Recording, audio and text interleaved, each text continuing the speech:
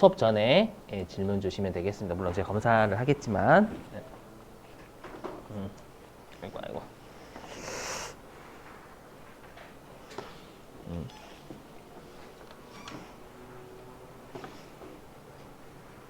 자, 일단은 오늘 좀 실기 몰아서 하겠습니다. 3교시 때 실기 몰아서 할게요. 3교시 때. 자, 보시면 우리 그 결산입니다. 자, 286페이지인데요.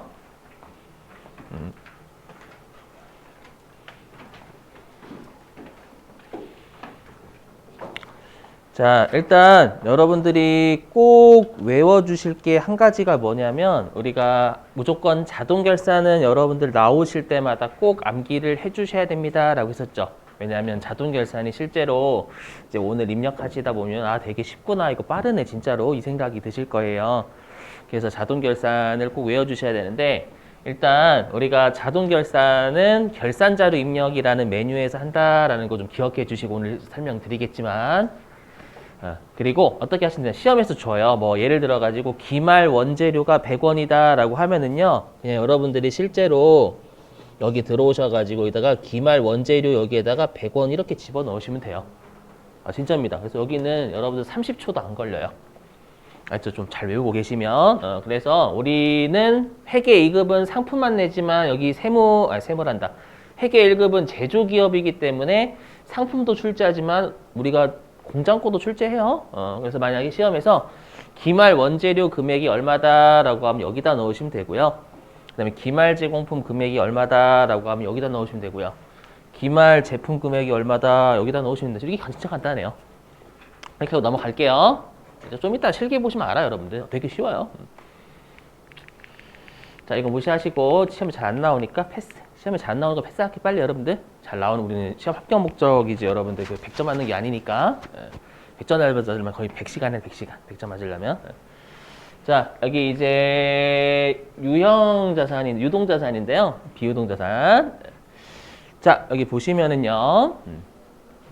여러분 최근에 그 매도 가능 증권을 시험에 좀 내고 있으니까 요 매도 가능 증권은 좀 알고 계셔야 돼요. 뭐냐면 그때 한번 설명드렸을 건데, 우리 그 우리 단기 매매 증권을 제외한 나머지 자산들은 전부 다 그 자산을 우리 회사 소유로 만들기 위해서 다 해서 얼마 주고 샀니라는 논리 쓴다고 했죠. 그죠? 그 개념을 빨리 여러분들 계속해서 기억하셔야 됩니다. 그래서 우리가 단기 매매 증권 빼고 전부 다 자산 취득하면서 부수적으로 쓴 거 자산 처리해야지 비용 아니다라고 했었죠. 그리고 그때 한번 외워주셔야 될 게, 우리가 매도 가능 증권은 꼭 우리가 투자 자산이 178번이라고 드렸었을 거예요. 그래서 이것도 꼭 외워주시고, 매도 가능 증권 178번이지 123번 아닙니다, 여러분들. 그렇죠? 178번이다라고 기억해 주시고, 자, 그 다음에 우리가 여러분들 현금 배당을 받잖아요. 여러분들이 배당 받으면 수익이에요, 수익 아니에요? 저 수익 있죠. 돈 들어왔는데 왜 배당 왜 준 거야? 이러지 않죠, 여러분들? 그랬을 때 우리가 차변에 뭐 보통예금으로 받았다라고 하면 차변에 보통예금 적으시고, 대변에 현금 배당 받았을 때 수익 처리하는 계정 과목은 배당금 수익이라는 계정 과목 잡으시면 되겠습니다. 그래서 대변에 배당금 수익 얼마 이렇게 적으시면 돼요. 여기는 계정 과목 암기하시는 거예요, 여러분들. 알죠? 자, 넘어가고요. 자, 그래서 여기 현금 배당 받았을 때 배당금 수익이라는 계정 과목을 적는다. 좀 이따 밑줄 치겠죠? 자, 그 다음에 여러분들 이건 뒤에서 할게. 뒤에서 할 거고. 자, 왜냐면 얘는 좀 나중에 같이 엮어서 해야 돼. 엮어서 해야 되니까 뒤에서 할 거고요. 자, 여기 보시죠. 유형자산입니다. 자, 여기 유형자산은 모든 챕터가 시험에 다 잘 나옵니다. 모든 챕터가. 알죠? 모든 챕터가 다 시험에 잘 나오고요. 그래서 꼭 다 암기해 주시는 거 권장. 알죠? 일단 해보자.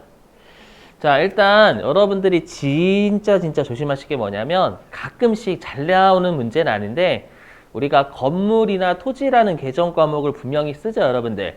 맞죠? 근데 우리가 건물하고 토지라는 계정 과목은 언제 잡히냐라고 하면은요, 여러분들. 언제 잡히냐라고 하면은요, 이 토지하고 건물 있죠? 얘네들을 우리 회사가 사용할 목적으로 가지고 있을 때 토지나 건물이라는 계정 과목이 잡혀요. 좀 이따 밑줄 치겠지만 우리가 만약에 토지하고 건물을 왜 샀냐면 투자 목적으로 산 거예요. 좋은 말로는 투자 목적이고 나쁜 말로는 땅 투기입니다. 아름다운 이름이잖아요. 시세 차익 얻을 목적. 정말 이쁜 이름이고요. 거지 같은 이름은 투기입니다. 투기.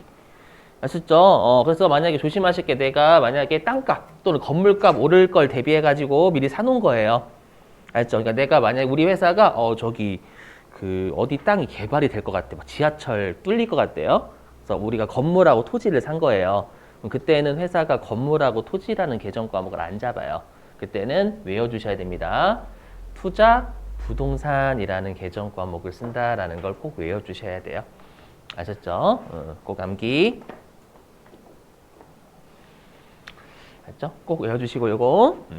자, 그리고 이건 말 문제인데요. 뭐냐면 여러분들 우리가 부동산 매매업자 있죠? 말 문제예요. 부동산 매매업자가 가지고 있는 부동산 아마 여러분 어저께 문제도 풀어보셨을 거예요. 부동산 매매업자는 부동산 판매 목적으로 가지고 있는 거니까 재고자산이 되겠죠?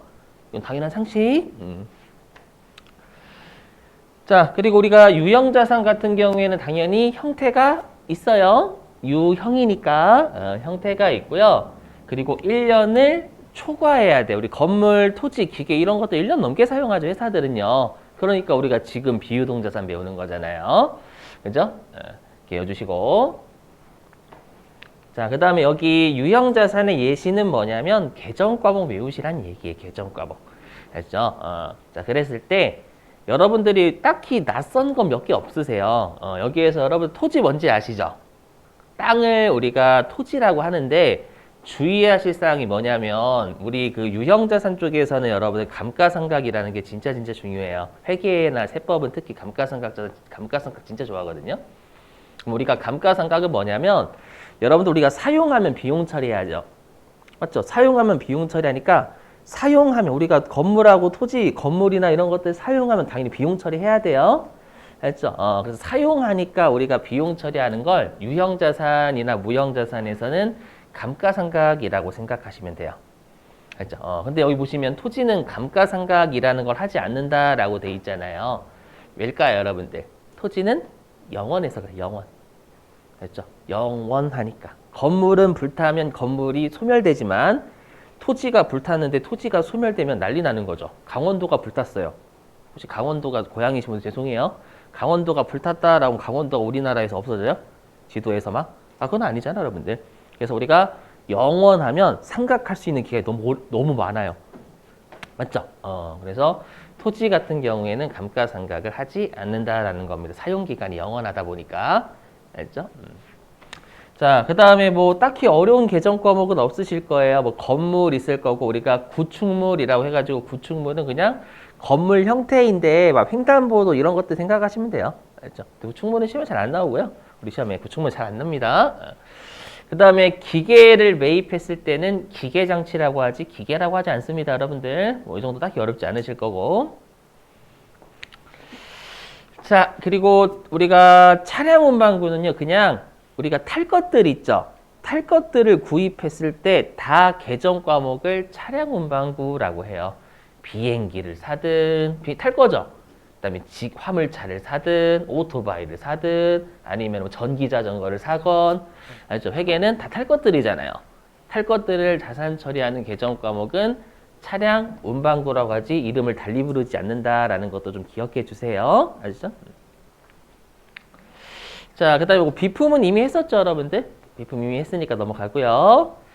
자, 그 다음에 좀 더 헷갈리시는 게 여기는 건설 중인 자산입니다. 근데 딱히 계정 과목 보시면 대략 느낌 오실 거예요. 뭐냐면 우리가 일반적으로 자산은 외부에서 사죠. 외부에서 사는데 내가 만약에 건물을 지을 수 있는 건설업자예요. 건설업자면 굳이 여러분들 건물을 사는 게 아니라 건물을 지을 수도 있는 거잖아요. 맞죠? 그래서 여기 보시면 내가 유형자산을 건설하기 위해서 주로 우리 시험에는 건물 가지고 낼 거예요. 내가 유형자산을 건설하기 위해서 지출한 금액이에요. 근데 우리가 건설하기 위하여라는 건 완공이 됐다라는 거예요? 되지 않았다라는 거예요?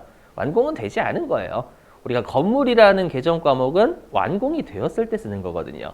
그럼 잠시 저 건설 중입니다 라고 해가지고 건설 중인 자산을 건물이 완공될 때까지 일단 잡아 놓는 거예요.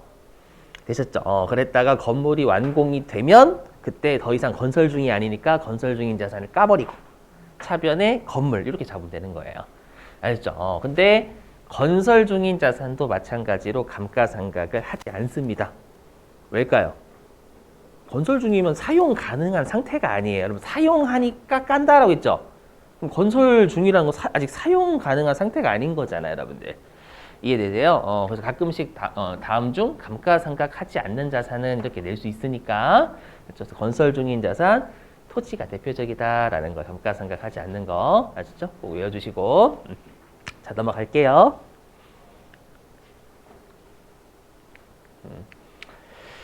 자 이제는 취득원가인데 미리 여기다 할게요. 제가 여러분들 어저께 취득원가는 좀 회계상 용어로 좀 외워주세요 라고 했었던 거 기억나세요? 회계상 용어? 회계상 용어가 뭐였냐면 해당 자산을 우리 회사가 원하는 장소와 상태에 이르게까지 하는데 발생한 원가 이렇게 맞죠? 그렇게 외우고 계셔야 요게 이해가 돼요. 맞죠? 요게 해보죠. 뭐냐면 보세요. 이 설치비 때문에 그래요. 설치비 자 해볼게요. 자, 내가 이번에 기계장치를요, 한 10억 원어치 샀어요. 기계장치 비싼 애들 진짜 많습니다, 여러분들. 저 깜짝 놀랐어요. 예전에 그 삼성전자 이재용 회장님 있잖아요. 거기 이제 네덜란드 갔죠. 네덜란드 회사에 그 반도체 그 장비 진짜 좋은 거 유일하게 만드는 회사 있어요. 알죠? 그 기계 한 대당 1,000억이에요, 1,000억. 1년에 50대밖에 뭐 생산을 못 한대요. 1,000억짜리, 1,000억짜리. 네. 저희 깜짝 놀라셨나 보다, 저기, 그죠? 1,000억이라고 하니까. 네, 재미없었고. 그죠? 아무튼 기계도 비싼 게 많아요. 그래서 우리 회사가 기계 장치를 한 50대 있잖아요. 한 50대를 10억 주고 샀대요. 여기까지 되셔요? 그러면 기계 장치 50대니까 설치할 장소, 공간을 마련해야 되겠죠? 그 공간을 마련하기 위해서 한 500만 원 썼대요. 그러면 그 500만 원을 여러분들 비용 처리해야 돼요? 아니죠. 그 500만 원을 딱 해보면 기계 장치를 내가 원하는 장소에 이르게까지 하는데 발생한 원가 이 개념이 부합하잖아요. 맞죠? 그럼 그 500만 원은 기계 장치 더 해야 된다라는 거예요. 어떤 느낌인지 이해되시겠어요? 오케이? 빨리 이 개념에 익숙해지셔야 돼. 회계 이 개념에 익숙하지 않으면 많이 고생해요, 진짜로. 알죠? 자, 그 다음에 두 번째 점도 마찬가지 뭐냐면 여러분이 나중에 부동산을 건물하고 토지를 사시게 되면은요 그 법적 소유권을 바로 인정해 주지 않아요. 누구의 중개를 맡아야 되냐면 그죠? 공인중개사 분야의 중개를 맡아야지만 법적 소유권을 인정해 줍니다. 여기까지 되시겠어요? 그러면 내가 만약에 이번에 건물을 2억 주고 샀어요. 2억 주고 샀는데 공인중개사 분한테 수수료가 200만 원 나간 거예요. 알죠? 그러면 그 공인중개사 수수료는 수수료 비용 아닙니다. 회계 입장에서는. 왜요? 건물이라는 자산을 내가 원하는 상태가 내 소유로 만들기 내가 원하는 상태가 내 소유잖아요. 내 소유로 만들기 위해서 쓴 거죠. 필수적인 지출이란 말이에요. 이해되세요? 그럼 그 200만 원도 우리가 건물에 가산해야지 수수료 비용 하시면 안 된다라는 거예요. 오케이? 이런 거를 여러분들이 실제 업무에 하시기 위해서 여기 오신 거잖아요. 그럼 빨리 이 회계의 마인드 접근을 꼭 하셔야 된다라는 거예요. 아셨죠?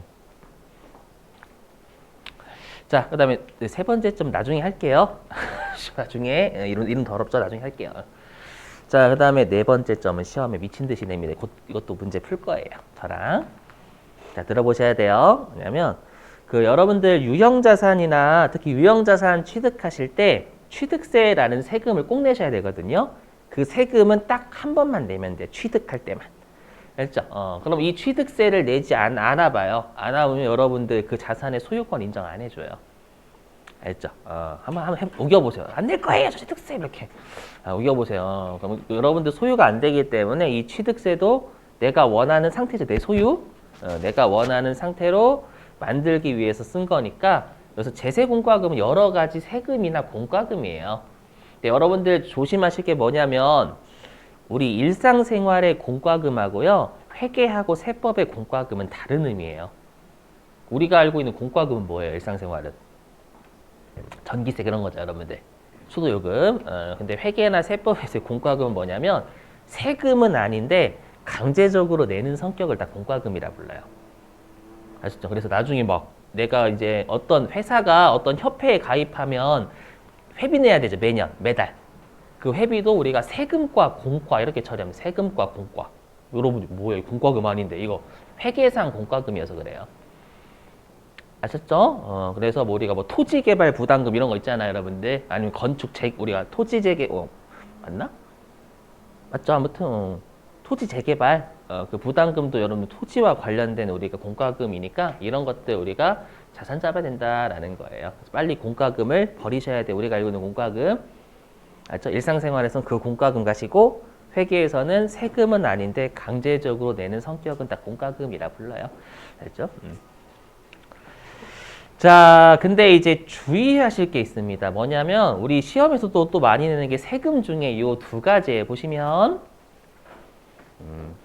자, 우리 재산세하고 자동차세 있죠. 자동차세는 뭔지 아실 거예요. 1년에 2번 내시죠, 여러분들. 자동차세 고지서가 날라올 겁니다요. 그 다음에 재산세는요, 여러분들이 유형자산 같은 거 있잖아요. 뭐 우리가 집이나 이런 것들 가지고 계시면 재산세라는 세금을 내셔야 되는데 이거 고지서 날라올 거예요. 그렇죠? 근데 우리가 재산세는 그 재산을 내가 가지고 있기 때문에 내는 세금이고요. 자동차세도 내가 자동차를 취득할 때는 취득세를 내지만 자동차를 보유하는 단계에서는 자동차세를 내는 겁니다. 그럼 여러분들 보유라는 의미는 반대로 얘기하면 취득이 끝난 거예요? 안 끝난 거예요? 보유. 취득이 끝난 거예요. 우리 어저께 취득이 끝난 이후의 지출은 원칙이 비용이다라고 했었죠. 기억나시죠? 그러다 보니까 재산세, 자동차세는 보유 단계에서 내는 세금이지 취득하는 세금이 아닌 거예요. 알죠? 그래서 얘는 시험에 나오면 무조건 비용으로 떱니다. 근데 얘는 세금이잖아요, 여러분들. 비용 중에서. 그래서 개정 과목은 좀 이따 믿으실 거지만 세금과 공과라는 개정 과목을 잡게 돼 있어요.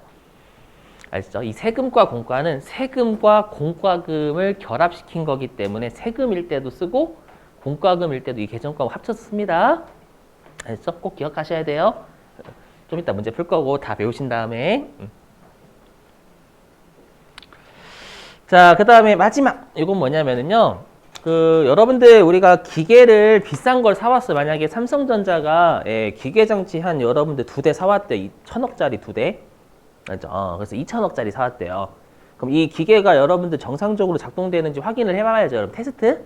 맞죠? 그럼 우리가 시운전 한다라고 해요. 시운전. 시험 삼아 운전해보다. 여러분들 가끔씩 오해하시는 게 우리 자동차만 운전한다는 표현 안 써요. 실제 기계도 우리가 운전한다라고 표현합니다.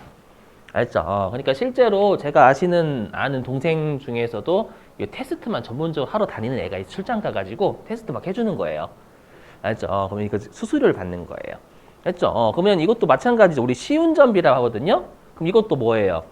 비용 처리하면 안 되겠죠. 왜냐면 그 기계가 정상적으로 작동하는지 여부는 내가 원하는 상태잖아요. 내가 기계를 원하는 정상적인 상태로 만들기 위해서 쓴 거니까 이 시운전비도 우리가 자산 처리해야 된다라는 거예요. 되세요? 자, 근데 아래에 있는 건 뭐냐면 아래에 있는 거 여러분들이 차감이라고 되어 있는데 뭐냐 들어보실게요. 이번에 테스트하는 과정에서 얼마 썼냐? 한 100만 원 썼대요. 100만 원 썼는데 우리가 그 시운전할 때 정상적인 제품이 나오는 걸 시제품이라 불러요. 시제품. 알죠? 그 시제품 같은 경우에 팔 수 있겠죠. 그래서 내가 100만 원의 시운전비를 썼는데 20만 원만큼은 내가 시제품이 나와서 판 거예요. 그러면 우리가 테스트하는 과정에서 순수하게 얼마 썼어요? 80 썼죠. 그 말은 80만 원만 더해라 그 뜻이에요. 이따구로 표현하는 거예요. 일단 100만 원 더하는데 20만 원 빼 이거예요. 아시죠? 그러면 뭐예요? 순수하게 테스트한 지출만 더해라 그 뜻입니다요. 아셨죠? 그 조선말 참 어렵게 해 이거. 시운전비 100만 원 더하는데 혹시 시제품 나왔니? 팔았어? 그럼 20만 원 빼. 그 말은 80만 원 더하라는 얘기잖아요, 여러분들. 아셨죠? 이렇게 되시겠어요? 예전에 한번 계산 문제 한 번 냈는데 시운전비를 더한다라는 건 중요하지만 이 시제품 매각 있죠. 인계동 공사를 너무 많이 해요. 맨날 수업할 때. 아무튼 그 뜻이에요. 자, 넘어가고요. 그럼 관련된 문제 좀 풀어보죠, 여러분들. 예. 자, 어디로 가주시냐면 96회 2-2 96회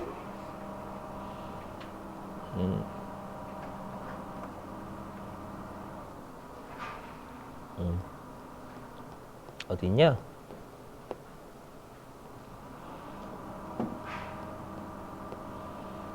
어디 갔지? 네. 자, 96회 2-2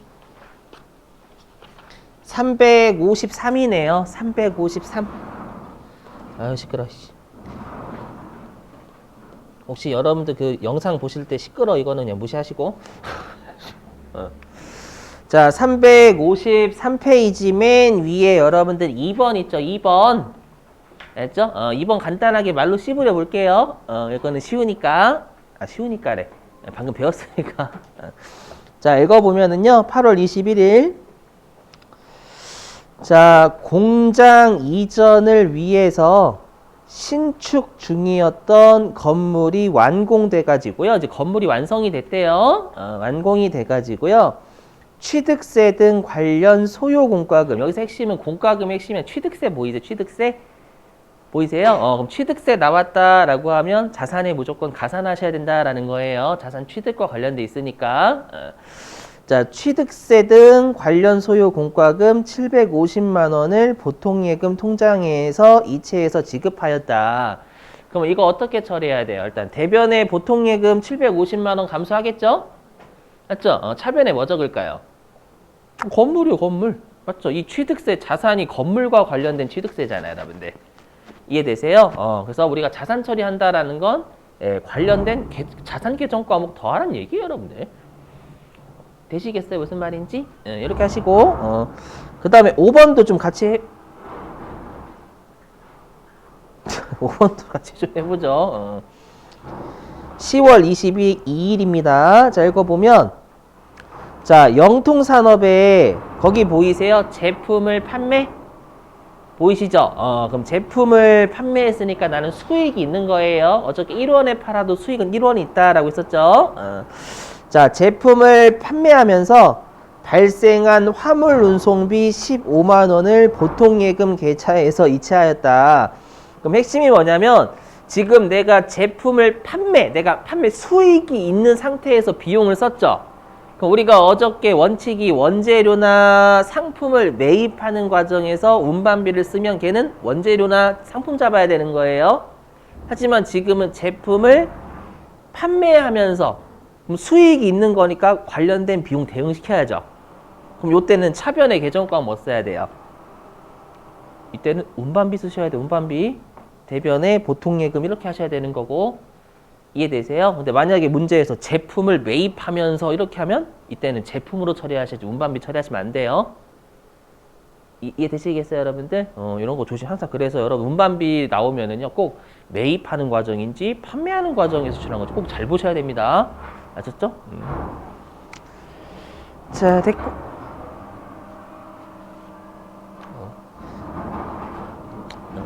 제가 어떻게든 아유 야 씨.